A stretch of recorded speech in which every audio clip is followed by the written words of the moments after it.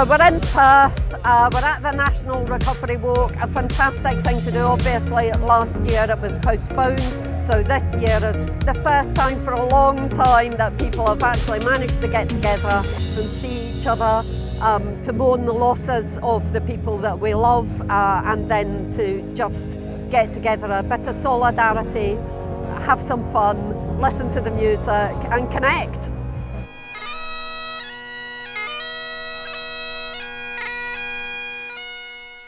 The Roses ceremony is one of the most important parts of the Recovery Walk Scotland Day. And what was amazing about this, the setting for the Roses ceremony this year by the banks of the River Tay, was to see hundreds of people gathered together as a group, collectively supporting each other, as individuals remembering people lost to drug deaths, to alcohol deaths, to suicide. Those people are remembered, and that memory is what spurs us on in our recoveries and also in the work that we do to develop recovery further.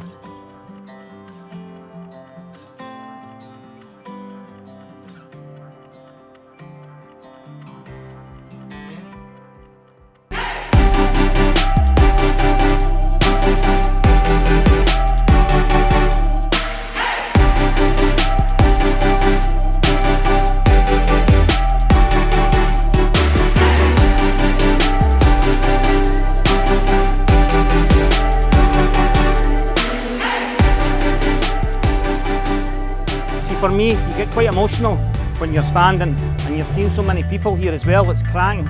I think after a lockdown, I think it's cracking to see the place so busy as well. It's just a special day, and then listening to music, we're spoiled.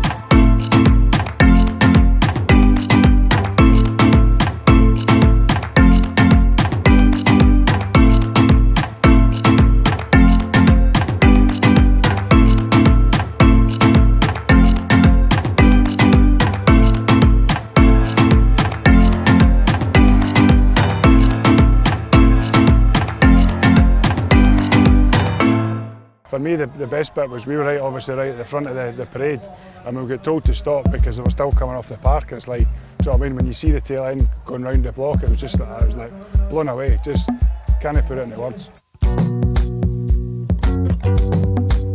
Just to show people out there that don't know what's going on, what's actually happening in the country with obviously the drug deaths and the high amount of suicides as well. Do you know what I mean? People are out there are dying for the wrong reasons, so we need to get people to stand up and take notice, and I think today's helped, and having Angela Constance along helps that as well. Do you know what I mean? We've got a lot of work to do. Well, it's an enormous privilege for me to be here in Perth today at my first ever recovery walk. I'm absolutely blown away. There are over 2,000 people here, people who are paying tributes to those who have lost and remembering the lives that are gone, but most certainly not forgotten.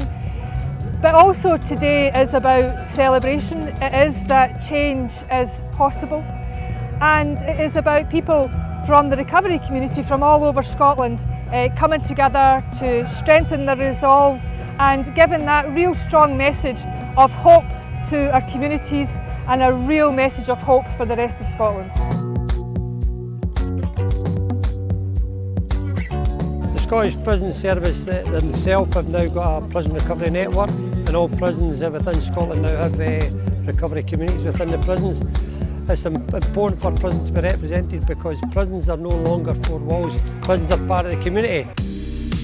Engaging with the Scottish population in a wider sense to say that everybody who you may fear or may look down on for being a person who's obviously experiencing substance dependency issues, every single person like that has the potential to change, and that's what recovery is, a change process.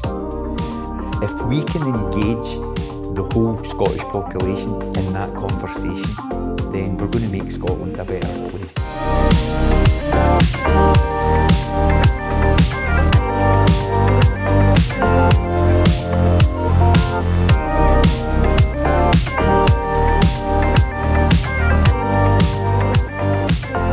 So the theme of this year's Recovery Walk was thank you.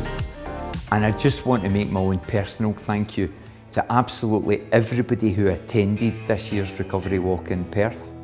I also want to thank all those who worked so hard to make the event possible, whether that's Perth and Kinross Council, whether that's the Scottish Government, whether that's the Scottish Recovery Consortium team, but most importantly, every single person who came along to walk the walk with us and celebrate recovery at this year's Recovery Festival. Thank you.